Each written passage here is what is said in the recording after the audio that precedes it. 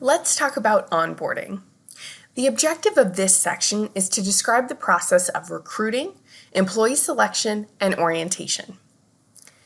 In an organization with jobs waiting to be filled, HRM personnel need to 1. Find candidates, and 2. Match the right candidate with each position.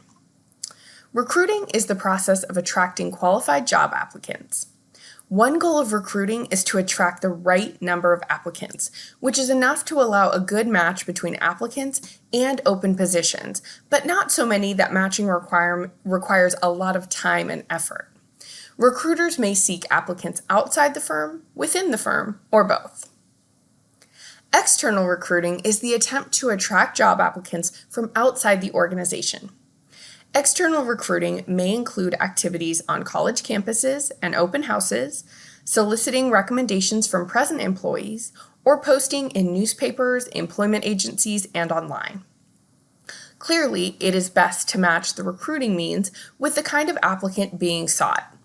Technology is helping the matching process. A primary advantage of external recruiting is that it brings people into a firm who have new perspectives and varied business backgrounds.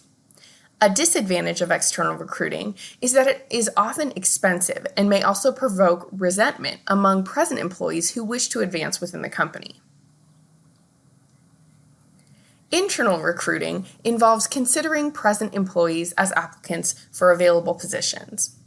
Generally, current employees are considered for promotion to higher level. Employees may also be considered for transfer from one position to another at the same level. Promoting from within provides a strong motivation for current employees and helps the firm retain quality personnel. The practice of job posting or informing current employees of upcoming openings may be a company policy or a union contract requirement.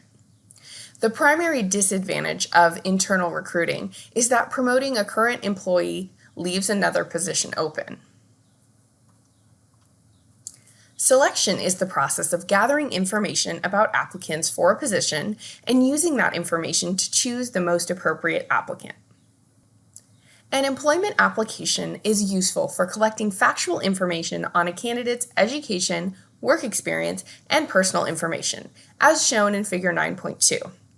The data from applications are used to identify candidates who are worthy of further scrutiny and to familiarize interviewers with applicants' backgrounds. Many job candidates submit resumes to prospective employers, and some firms require them. A resume is a 1 or 2 page summary of the candidate's background and qualifications.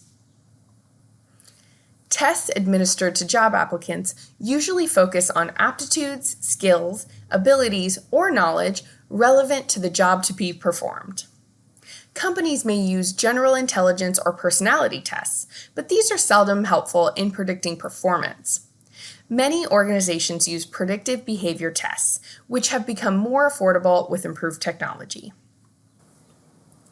The employment interview is perhaps the most widely used selection technique because it provides an opportunity for applicants and the firm to learn more about each other. Job candidates are usually interviewed by at least one member of the HRM staff and by the person for whom they will be working.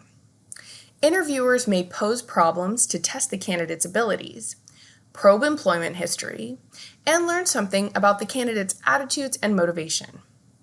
Unfortunately, interviewing may be the stage at which discrimination enters the selection process.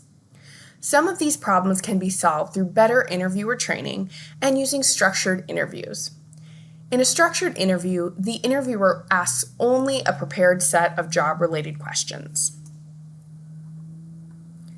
A job candidate is generally asked to furnish the names of references or people who can verify background information and provide personal evaluations.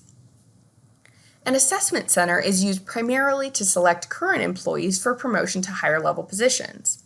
Typically, a group of employees is sent to a center for a few days. While there, they participate in activities designed to simulate the management environment. Trained observers make recommendations regarding promotion possibilities. Once all the available information about job candidates has been collected and analyzed, a job offer is extended. If it is accepted, the candidate becomes an employee. Orientation is the process of acquainting new employees with the organization. The orientation itself may range widely, from a half-hour informal presentation to an elaborate program involving dozens of people and lasting several days or weeks.